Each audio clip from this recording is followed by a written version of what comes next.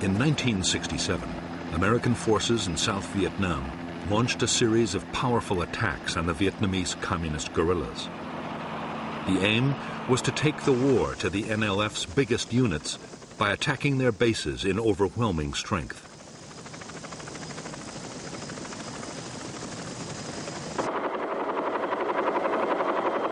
The Americans hoped that the guerrillas would stand and fight. They could then annihilate them with vastly superior firepower.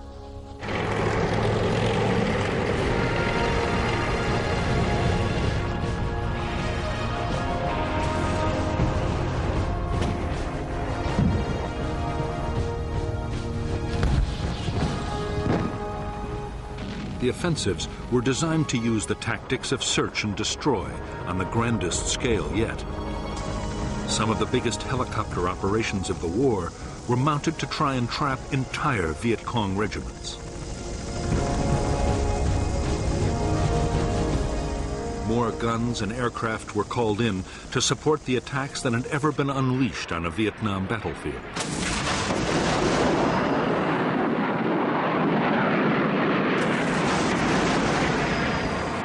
The Americans meant to damage the Viet Cong so badly they would be unable to carry on the war. In fact, the Americans would fail to wipe out the Viet Cong's biggest units. Despite heavy losses in men and equipment, the guerrillas would return even stronger, ready to launch their own offensive campaign.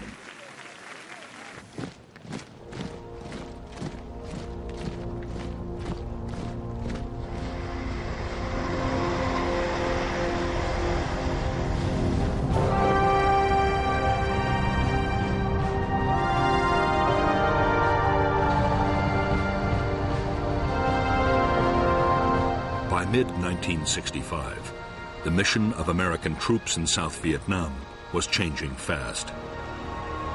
They had come to secure air bases, but now they were actively looking for combat with the Viet Cong. On May 18, 1965, the 173rd Airborne Brigade, the first U.S. Army infantry unit to arrive in Vietnam, began operations.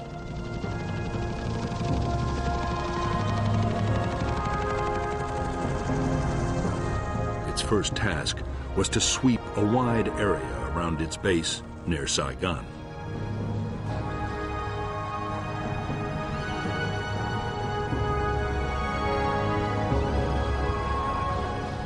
The 173rd met no real resistance. There were thousands of Viet Cong troops in the Saigon area, but they remained elusive.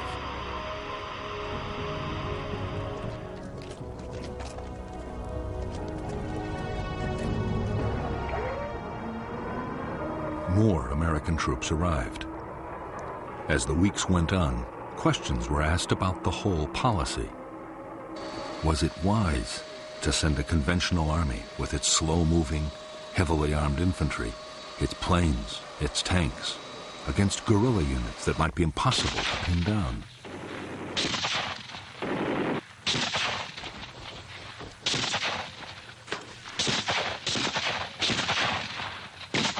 The U.S. commander in Vietnam, General William C. Westmoreland, insisted that the Army could find and beat the enemy.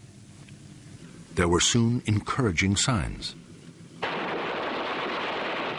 In August 1965, in Operation Starlight, U.S. Marines surrounded a Viet Cong regiment of 2,000 men and defeated them in a full-scale battle.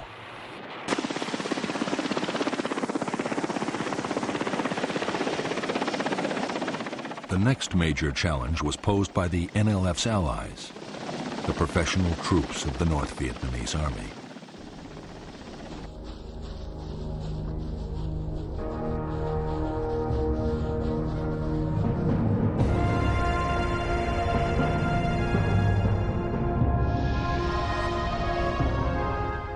By September 1965, two North Vietnamese Army regiments, the 32nd and the 33rd, had moved down the Ho Chi Minh Trail and infiltrated from Cambodia into South Vietnam. The 66th Regiment was following close behind. The plan was to take the provincial capital, Pleiku, and advance along Highway 19 to the coast at Kinnan, splitting the South in two.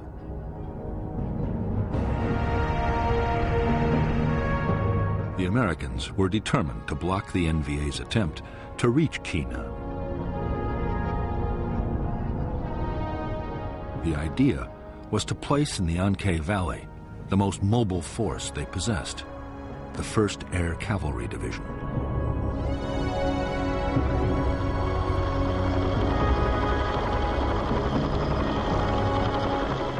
The Air Cavalry was the first formation anywhere in the world designed around the helicopter. The division was 15,000 strong and had 480 machines, 5 times the number of a normal infantry division. The whole idea had, until recently, been an experiment with an eye to any future war in Europe. No one really knew how it would work in a place like Vietnam.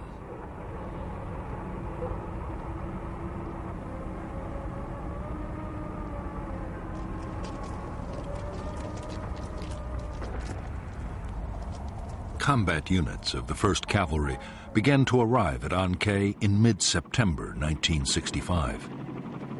By October, the division was fully operational. Its base, Camp Radcliffe, had grown into a massive complex of helicopter pads, supply dumps, accommodation and maintenance facilities. For the officers and men of the Air Cavalry, there was a great deal to prove, and they were determined to take the battle to the enemy.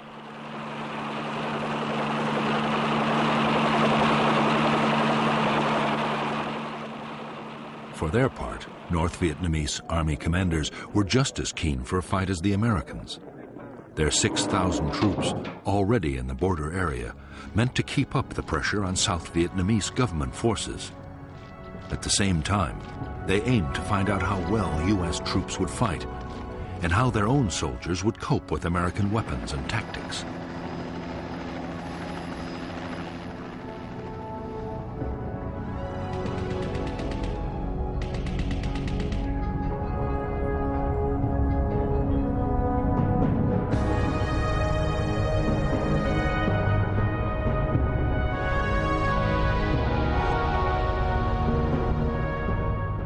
After infiltrating into the south, the 32nd and the 33rd North Vietnamese regiments had established a base area on the high ground of the Chu Pong Massif. On October 20th, 1965, the 33rd Regiment laid siege to an American Special Forces camp at Plai Mai. After a siege that lasted 6 days, the South Vietnamese Army, backed by the U.S. Air Cavalry, secured that camp, and both NVA regiments withdrew to the Chu Pong. There they meant to join with the newly arrived 66th Regiment before renewing their campaign.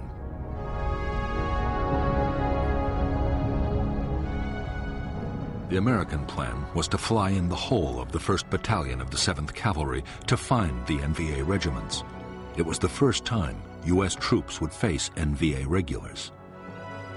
The first step was to create an artillery fire support base near the Chu Pong at Landing Zone Falcon. Next, the lead elements of the 1st Battalion landed at LZ X-Ray. Right in front of them were nearly all the 66th and 33rd NVA regiments.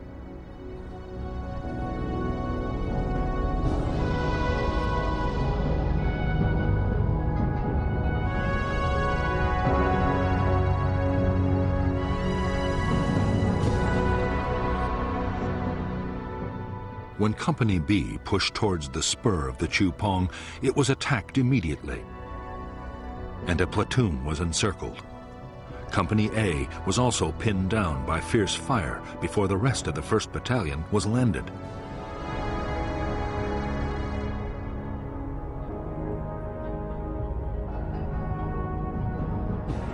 A and B companies then launched attacks to relieve the encircled platoon, but were driven back.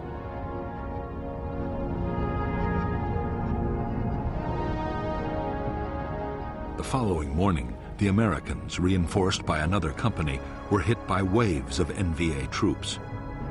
Heavy fire support wreaked havoc on the attackers, and by now another American battalion was on its way overland.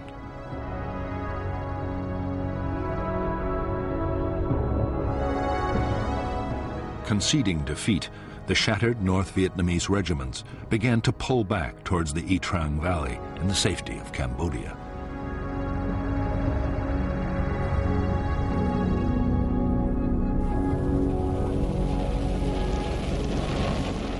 After the fight at LZ X-Ray, the Chu Pong was bombed by almost 100 B-52s, each unloading 17 tons of high explosives.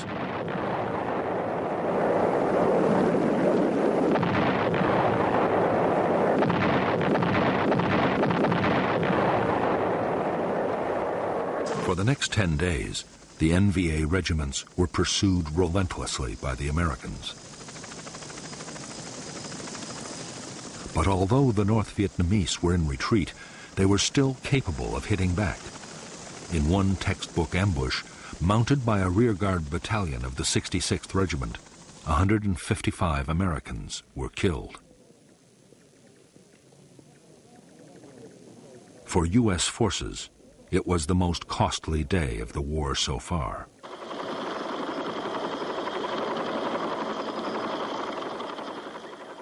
In the Battle of the Y Trang Valley and the Pleiku operation, the 1st Cavalry Division lost 300 dead. But the NVA had suffered much worse.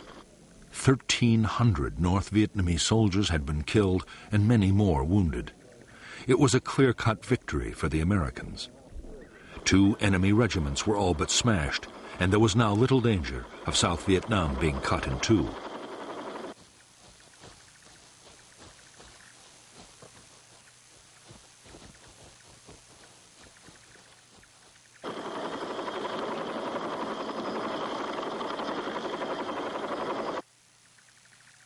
The Y Trang battle was a major boost for U.S. commanders. It seemed to prove their strategy was the right one. The enemy's big units could be made to stand and fight, and take heavy casualties in the process.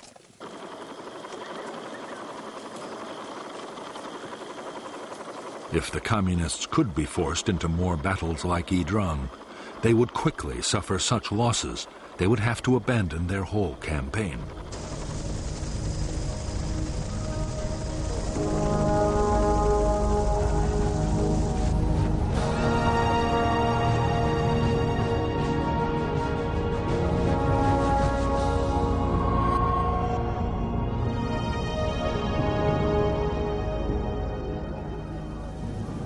The final push to use American combat forces in South Vietnam had come from President Lyndon Johnson himself.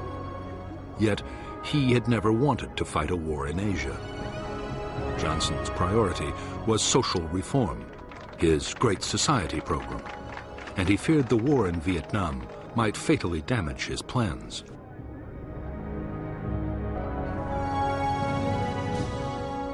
The problem for Johnson was that if the war grew unpopular, it could cost him the political support his program needed.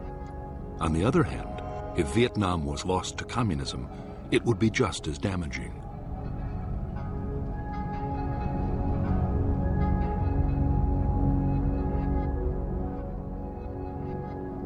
The only solution that Johnson could see, and the one agreed with his Defense Secretary Robert McNamara, was an uneasy compromise. The U.S. would carry on fighting the war, but everything possible would be done to limit its impact on the American people. Dramatic measures like calling up the reserves or the National Guard had to be avoided.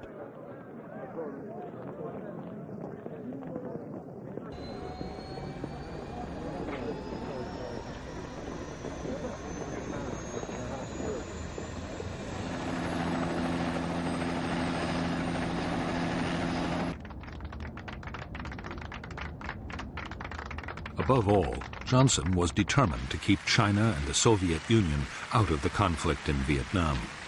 By now, both communist powers had nuclear weapons, and China had almost unlimited manpower.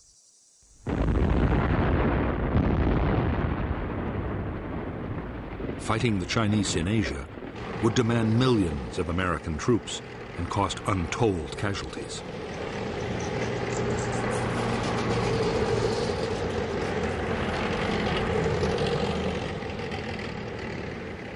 Johnson's solution was to fight a limited war.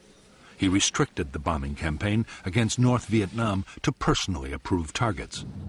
He also ruled out invading the North, no matter how much it backed the NLF.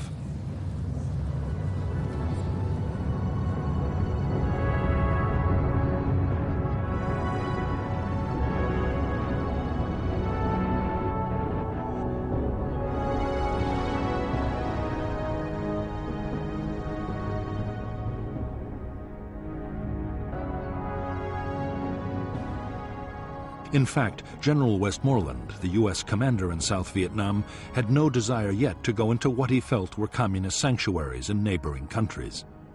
But what he did want was a much more effective bombing campaign to cut the flow of supplies and men to the guerrillas.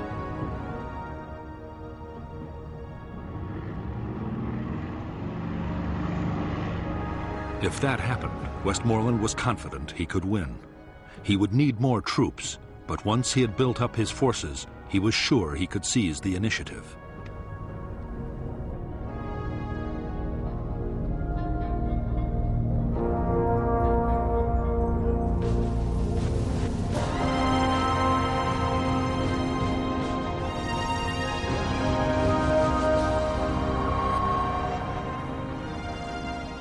The leaders of the National Liberation Front were rarely able to meet. They were forced to gather in the strictest secrecy at a remote forest area near the Cambodian border.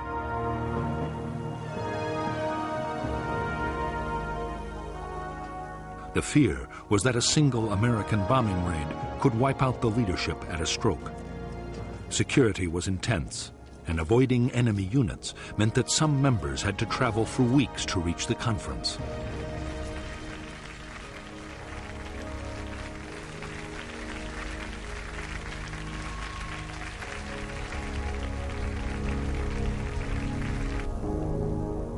The Central Committee had 52 members and was led by the chairman Nguyen Hue To. To was a French-educated lawyer and to many in South Vietnam, the acceptable moderate face of the Viet Cong.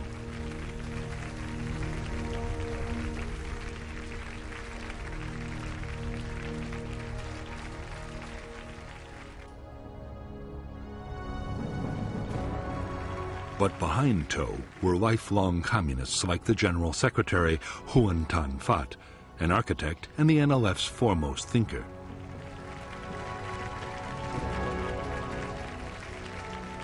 Another hardliner was the French-educated lawyer Tran Bu Kim, one of the NLF's founders.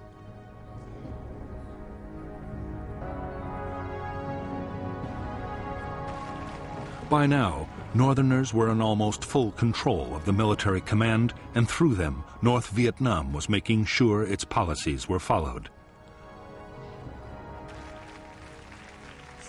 The NLF guerrilla army was even more closely controlled by the North.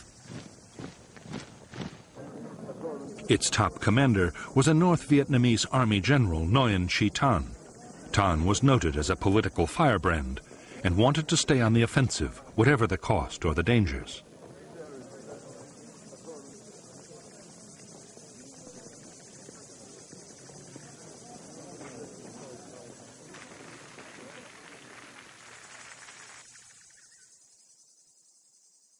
Tan was equal in rank to the North Vietnamese Defense Minister, General Giap, who favored a more cautious approach in the South, now that American firepower had entered the equation.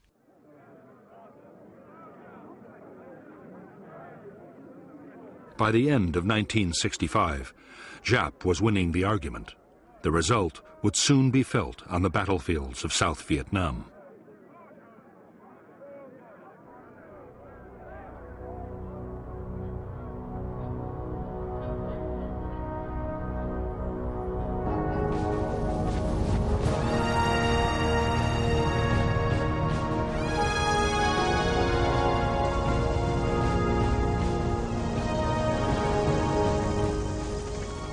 When American combat troops had first arrived in Vietnam, few U.S. officials had believed that the South could survive.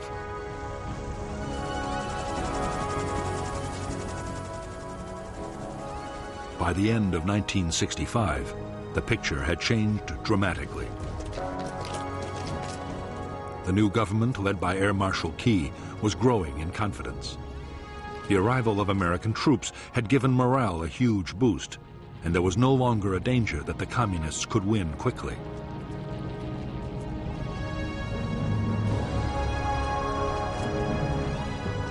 For General Westmoreland, the next stage was to go on the offensive against the Viet Cong. His aim was to take on the enemy's big formations on the battlefield and eliminate them one by one.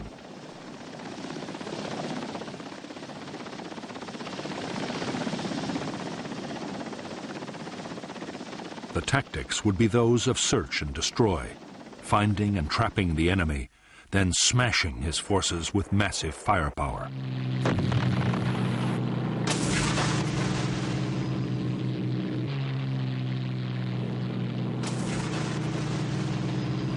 General Westmoreland's strategy would be to wear the Viet Cong down by relentless attrition.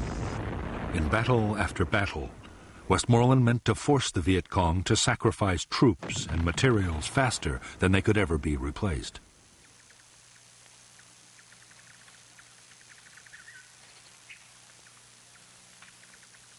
The measure of success would be the amount of supplies destroyed, the number of bases knocked out, and above all, the body count, the number of enemy soldiers actually killed in battle.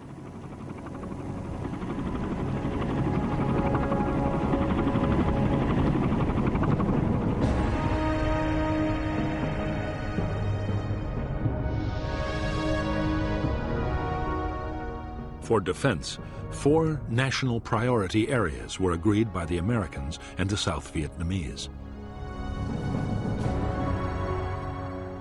The coastal provinces around Da Nang and Quy Nhon, and the central part of the Mekong Delta, and above all Saigon, the capital. These were to be first consolidated and then made the springboards for large-scale search and destroy operations against enemy units and base areas.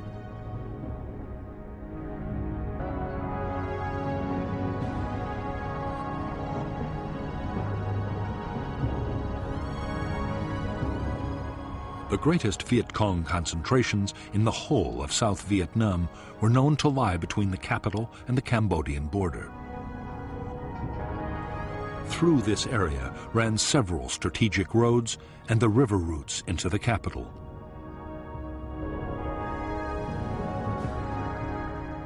There were believed to be enemy bases in the Iron Triangle, War Zone C, and War Zone D.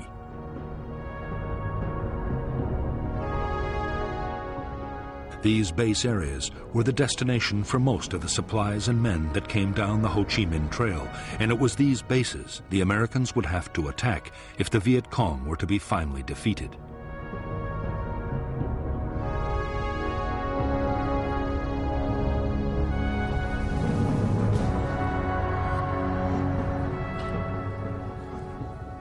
A key part of the American strategy was to stop the Viet Cong, replacing the men and supplies they lost in battle. The Commando Hunt bombing campaign was hitting the North Vietnamese transport system and the staging areas for troops infiltrating down to the south.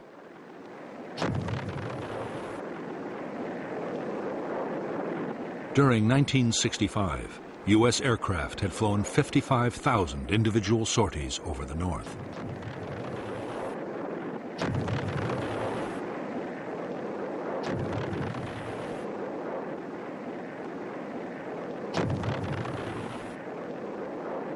In the South itself, the Americans meant to take over most of the fighting.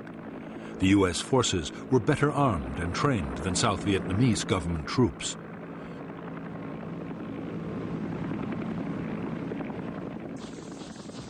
They were much more mobile and had the backing of enormous firepower.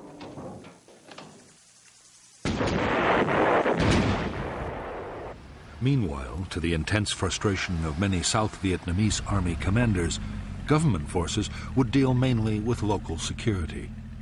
Only elite units would take part in offensive operations.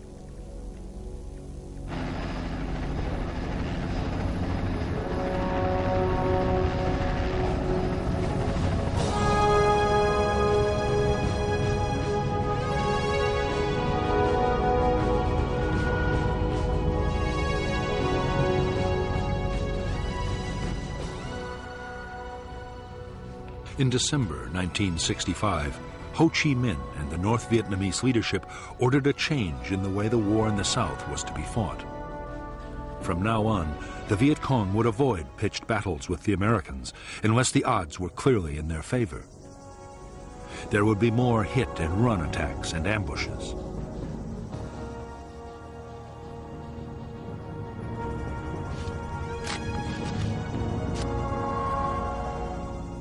To counter the American buildup, Viet Cong recruitment would be stepped up, and more North Vietnamese army troops would be infiltrated into South Vietnam.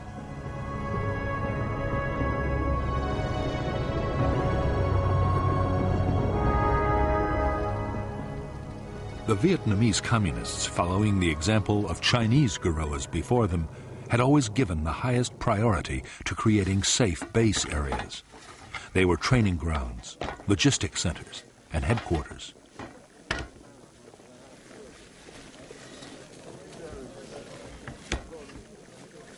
They also offered secure sanctuaries for times when the war might go badly.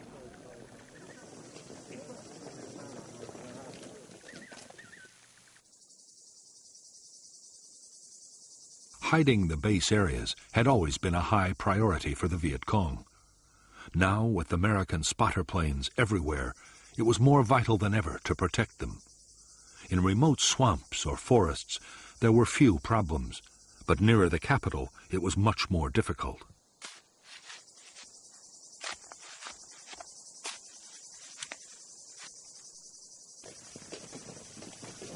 The answer was to build enormous warrens of underground tunnels. The biggest were in the Iron Triangle and in the Cu Chi district, only 20 miles from Saigon.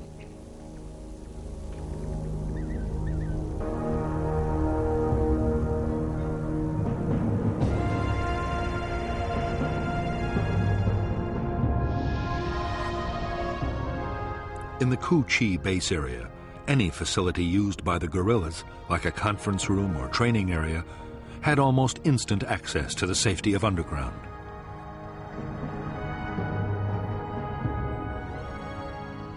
Hidden trapdoors led below, past guarded chambers, to long passages. At regular intervals, branches led back to the surface and other secret entrances. Some openings were even concealed beneath the waters of streams or canals.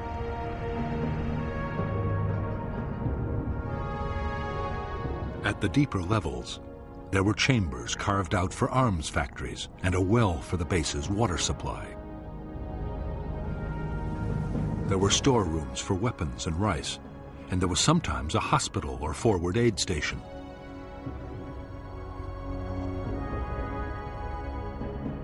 Long communication tunnels connected the base with other distant complexes. Base kitchens were always near the surface, with long carved-out chimneys designed to diffuse cooking smoke and release it some distance away.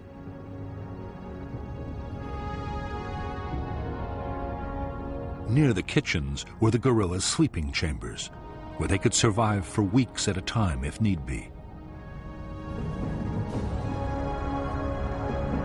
Everywhere on the top level, there were tunnels leading back upwards to hundreds of hidden firing posts for defense of the base.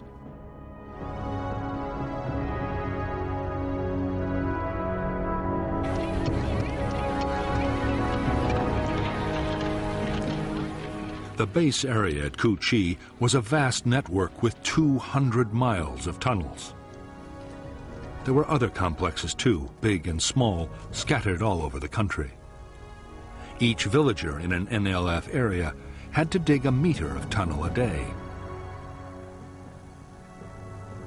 There was even a standard handbook specifying exactly how tunnels were to be built.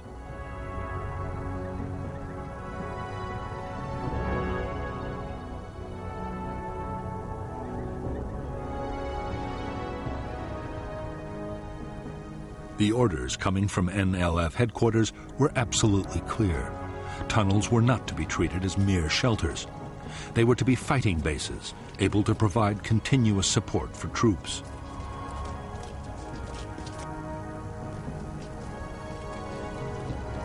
Even if the village was in enemy hands, the NLF beneath should still be fully capable of offensive operations.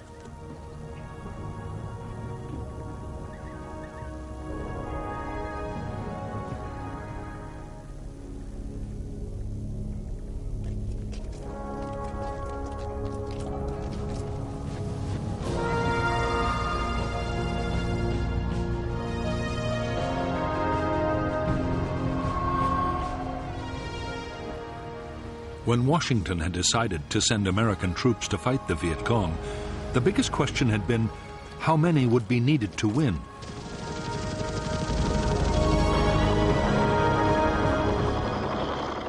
Military planners accepted that to win a war against guerrillas, an army needed to outnumber them 10 or even 15 to 1.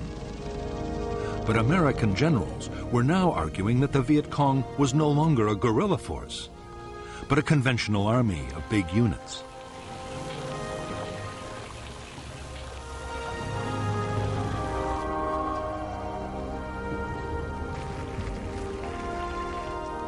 Because U.S. commanders were confident they were not fighting a guerrilla war, they saw no need for a 10-to-1 superiority in forces.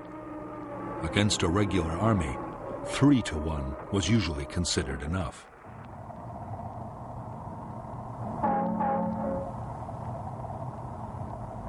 $400,000 U.S. troops, plus the South Vietnamese army, would be just sufficient to reach that target. The plan was to have most of the men in Vietnam by the end of 1966.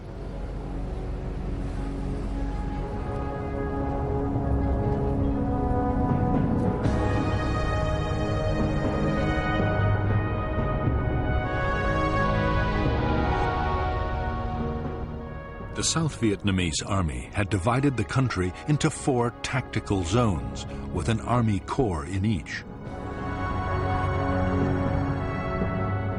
As American forces arrived, Military Assistance Command headquarters in Saigon assigned them to a corps' tactical zone. By the end of 1965, the 3rd Marine Amphibious Force commanded 4 regiments in I Corps. The 1st Air Cavalry Division was in 2 Corps, along with a brigade of the 101st Airborne. The 1st Infantry Division and the 173rd Airborne were in 3 Corps.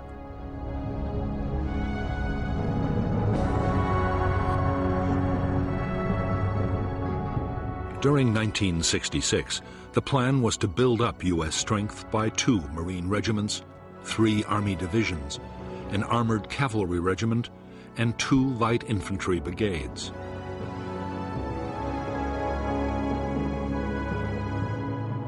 The combat strength of Allied nations would also increase to 2 Korean divisions and a Marine brigade, an Australian task force, plus New Zealand and Philippine units.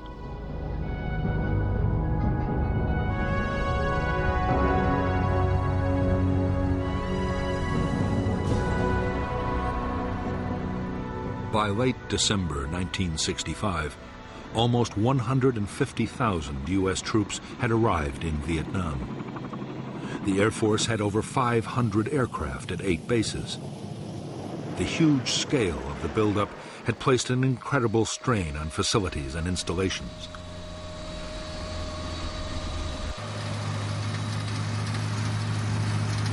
There was a frenzy of building as Army and Navy engineers, along with American civilian contractors, improved airfields, bases, and roads.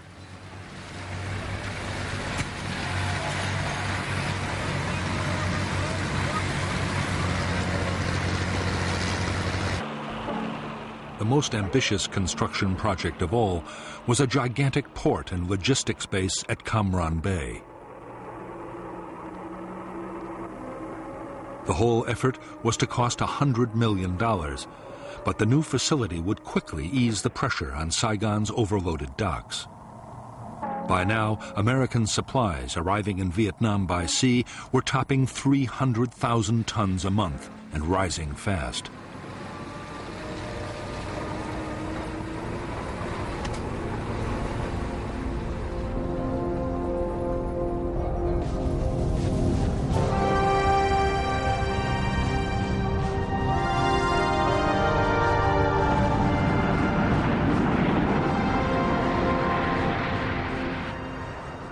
As the Cold War had produced one world crisis after another, the U.S. armed forces had been on a war footing almost continuously for 5 years.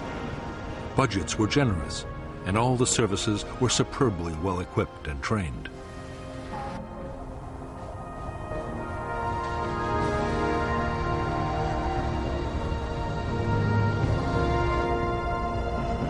Many American officers and NCOs already had combat experience in Vietnam as military advisors. Most of the more senior personnel had fought in World War II and Korea.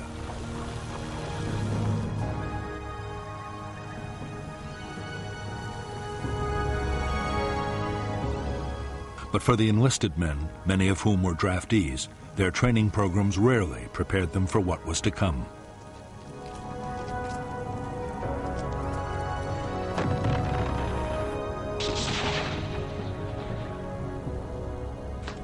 Even to the best trained soldiers, the reality of arriving in Vietnam could come as a shock.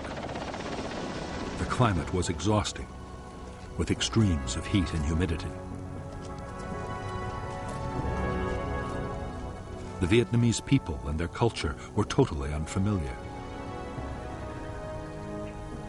Many American soldiers were from U.S. cities, and the lives of Southeast Asian peasants were beyond anything they knew.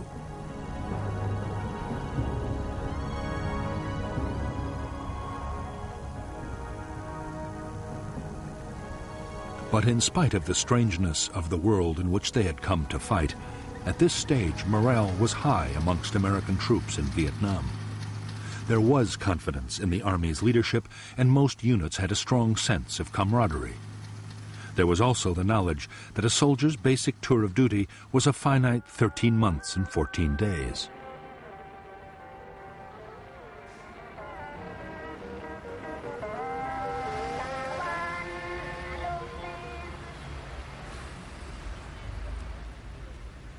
While thousands of Americans were getting their first look at Vietnam, the South Vietnamese Army was in its 6th year of war. Most of the Army's 300,000 soldiers were reluctant conscripts. Many were underfed, and desertions were outstripping recruitment by 2,000 a month.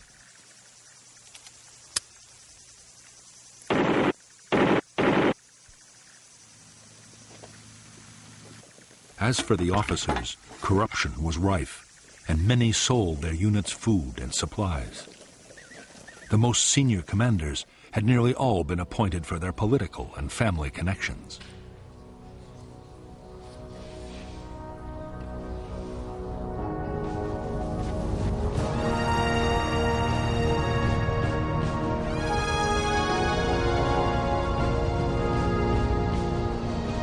For years, the basic infantry weapon of the American soldier had been the M14 rifle. It was a dependable weapon, but was unstable when fired on full automatic.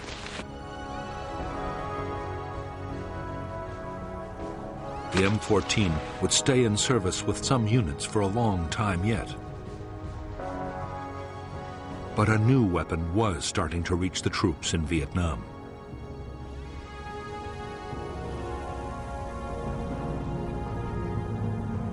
The M16 was a light, compact assault rifle made of metal alloy and plastic.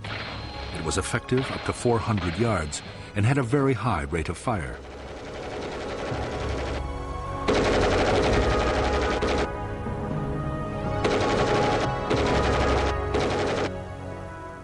Although on paper the M16 seemed to offer the infantryman everything he could wish for in a rifle, the reality was very different on the battlefield. The M16 was prone to jamming, a nightmare for the soldier in a firefight. The problem was reduced by scrupulous cleaning, and later modifications would cure the problem completely. But in the meantime, many men viewed the M16 with deep mistrust.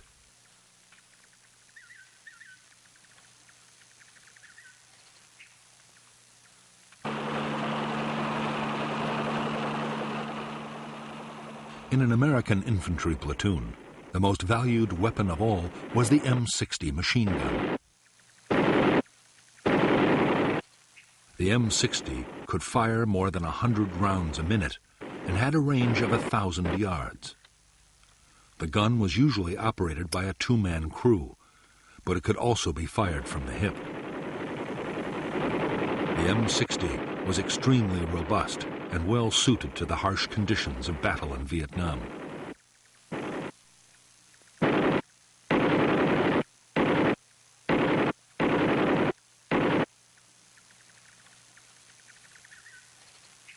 As well as the weapons they took with them into the field, American infantry could call on heavy fire support at any time. Ground attack aircraft could saturate the area with high explosives or napalm, while few operations were ever mounted out of range of friendly artillery.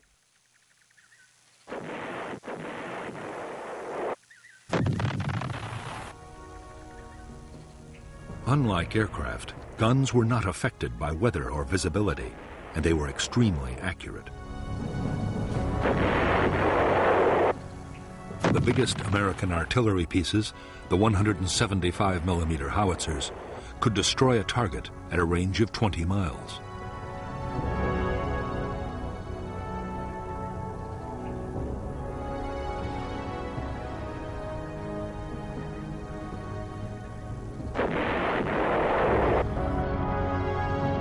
By now, every infantry division depended heavily on helicopters to maneuver its forces on the battlefield and to carry supplies and heavy equipment.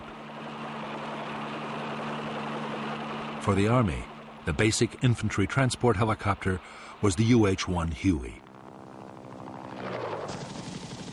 The men called it a slick because its frame was uncluttered by guns or rockets.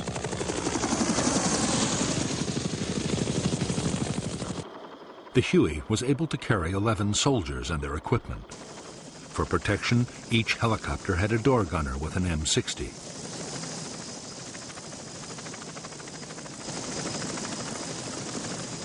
As well as Hueys for transporting infantry and general supplies, there were Huey gunships for escort and assault.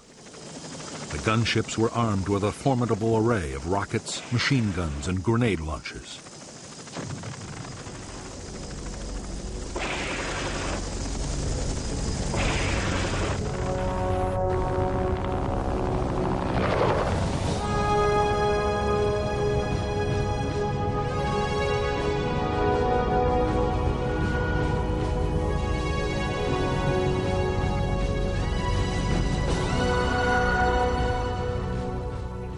By the end of 1965, the total strength of the NLF and North Vietnamese Army units in the South had grown to 206,000 men and women. Of these, 36,000 were main force NVA troops. The rest were regional and local guerrillas.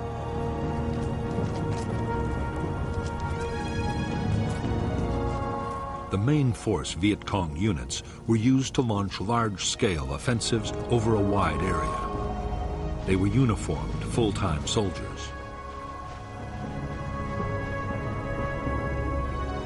Regional forces were also full-time, but they operated inside their own districts. If necessary, their units could come together to make bigger formations for a large-scale attack. If enemy pressure became too great, they could break again down into smaller units and scatter.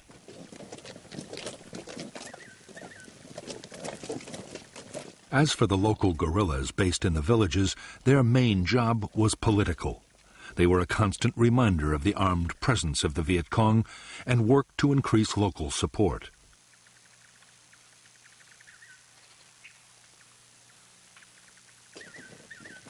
They were also expected to defend nearby installations like bunkers and tunnel complexes.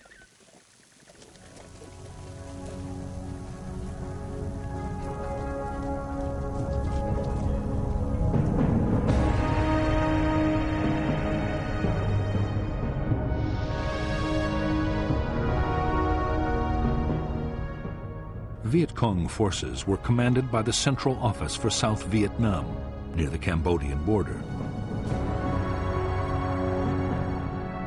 The NLF deployed 2 divisions, the 9th with 3 regiments and the 5th with 2. 4 more regiments were independent main force units.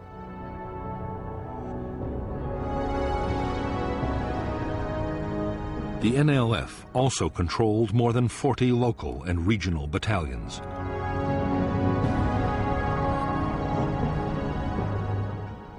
Further north, all communist operations were run by the North Vietnamese Army. The NVA deployed 3 divisions and 9 independent regiments.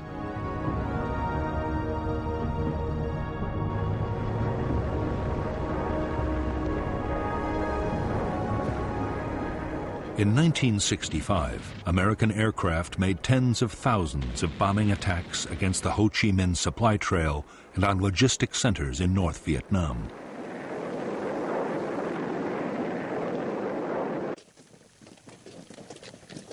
In spite of their efforts, the Viet Cong were getting more weapons and reinforcements from the north than ever before. The average Viet Cong unit was now better armed than at any time in the movement's history.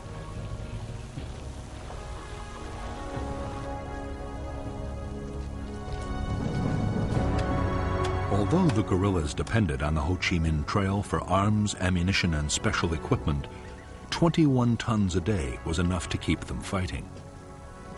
Their other needs were met inside South Vietnam.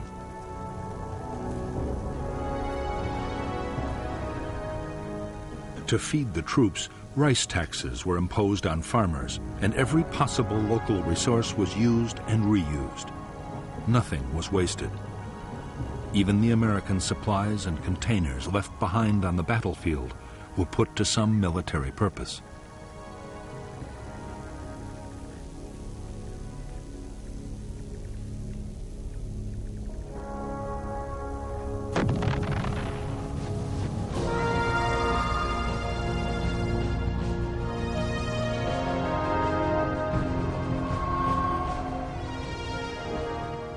In the last 12 months, the Viet Cong had suffered terrible losses. 40,000 had been killed or captured in 1965. Yet the casualties had little effect on Viet Cong fighting strength. Losses in main force units were easily made up from the ranks of the local guerrillas.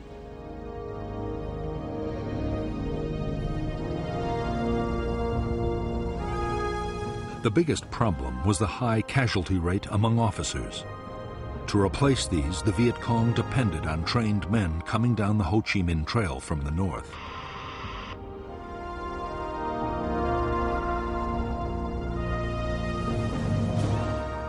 One in 10 Viet Cong were now northern, and the Viet Cong was increasingly run by the northerners right down to the village level.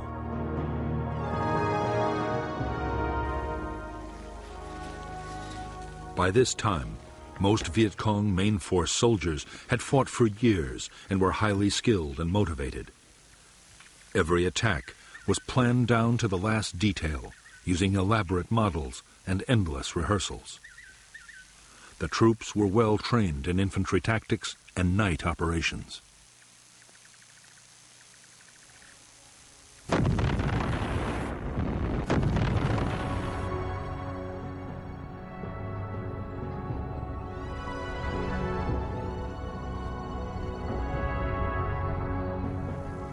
They were also masters of camouflage. While main force troops thought of themselves as professional soldiers, local Viet Cong were far less confident. Mostly the recruits were young teenagers, and while many were motivated by idealism, others had been pressured or shamed into joining. What many had in common were real doubts about their ability to fight heavily armed and well-trained American soldiers.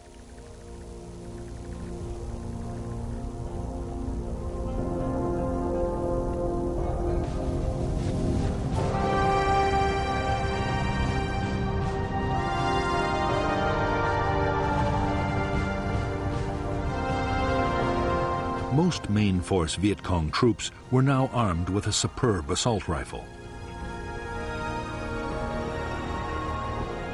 The AK-47 was a Russian design copied by the Chinese.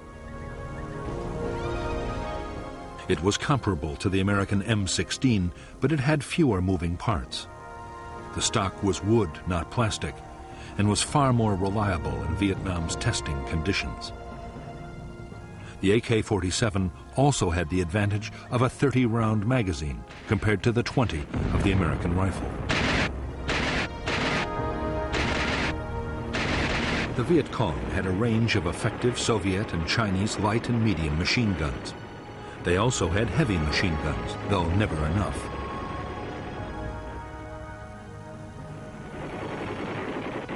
The bigger weapons were especially valued for defense against American helicopters.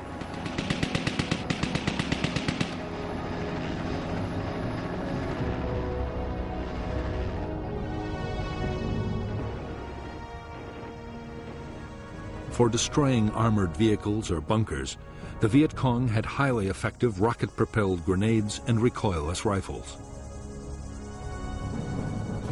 Mortars were also available in large numbers and had the advantage of being very easy to transport.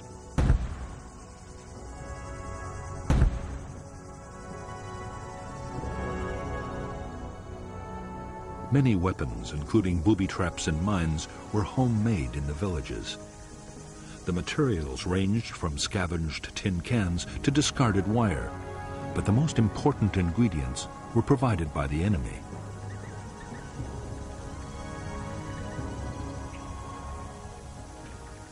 In a year, dud American bombs could leave more than 20,000 tons of explosives scattered around the Vietnamese countryside.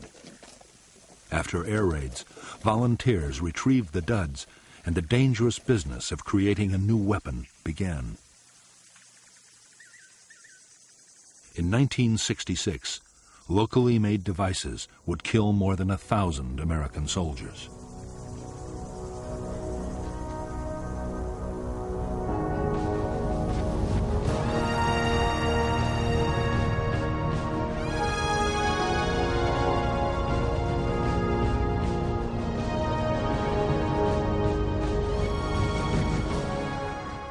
For General Westmoreland, the close of 1965 marked the end of the defensive stage of the American war in Vietnam. In the coming year, he meant to complete his buildup. Then he would launch the full-scale offensives that would lead to final victory.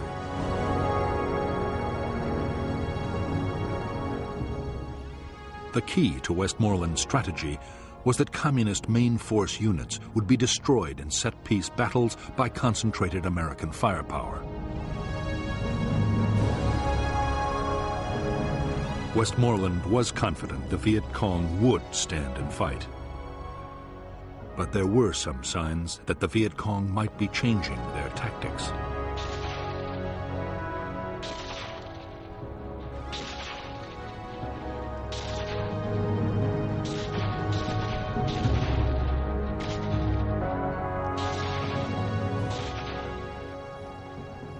In the last weeks of 1965, the Viet Cong concentrated their attacks on poorly defended targets, like isolated outposts and remote towns. Strong South Vietnamese or American forces were making contact with big guerrilla units less and less often. At the same time, there were more sniping incidents and ambushes.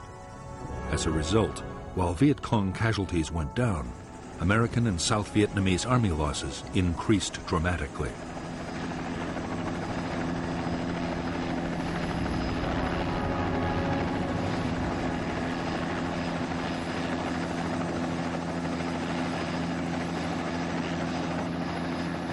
There was even more disturbing news in store for American commanders as 1965 came to a close.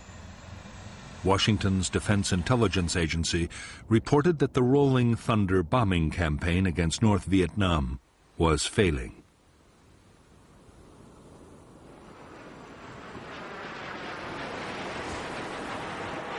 After 10 months of increasingly fierce air attacks, the North showed no signs it was about to give up its support for the Viet Cong. Nor had the bombing staunched the flow of men and supplies to the guerrillas. That meant only one thing.